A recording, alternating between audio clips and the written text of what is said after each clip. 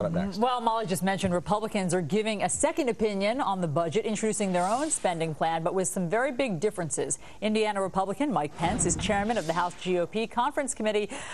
Good morning. Nice to see you. Okay, so tell me, you and your colleagues, I know, have been hard at work on an alternative budget from the president's. How's yours different?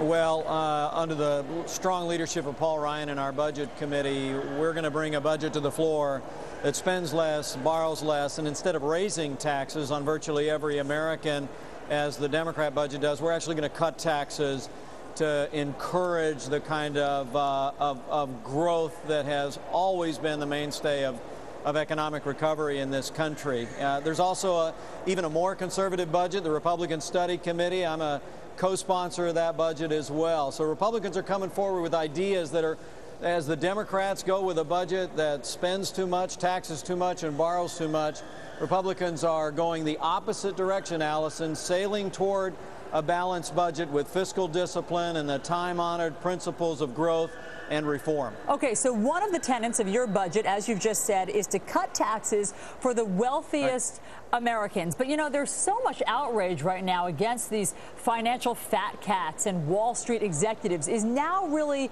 the right time to reward them?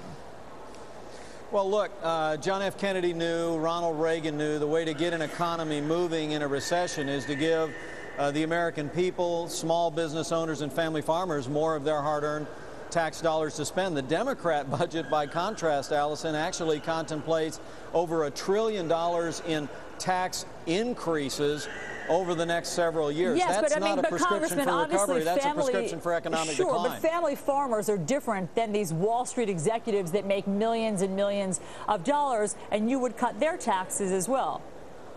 Well, we're talking about capital gains tax relief. You're absolutely right. We're talking about the kind of taxes that are going to help small business owners. But remember, in the Democrat budget, they're talking about a national energy tax that'll result in higher utility rates of more than $3,000 on every household in America. And those marginal rates that the president's budget wants to raise, more than half of the people that file taxes over the level that's going to see higher taxes are actually small business owners filing as individuals. Okay, so if you cut taxes on the rich, how does your plan fund Medicare? Well, the way that we fund Medicare in the Republican alternative is by funding it as a priority. You're not going to see any cuts in Medicare, but you're going to see reforms in Medicare that are going to lessen the burden on that baby that's squalling just down the way. You know, the reality is here, as we hear a baby cry, it might be appropriate in the debate today on Capitol Hill, because we are going to double the national debt on our children and grandchildren in 5 years. We're going to triple it in 10 years if the Democrat budget passes.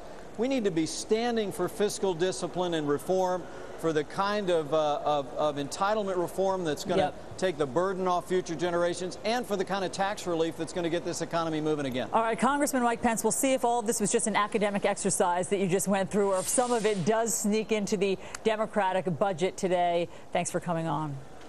Thank you, Allison.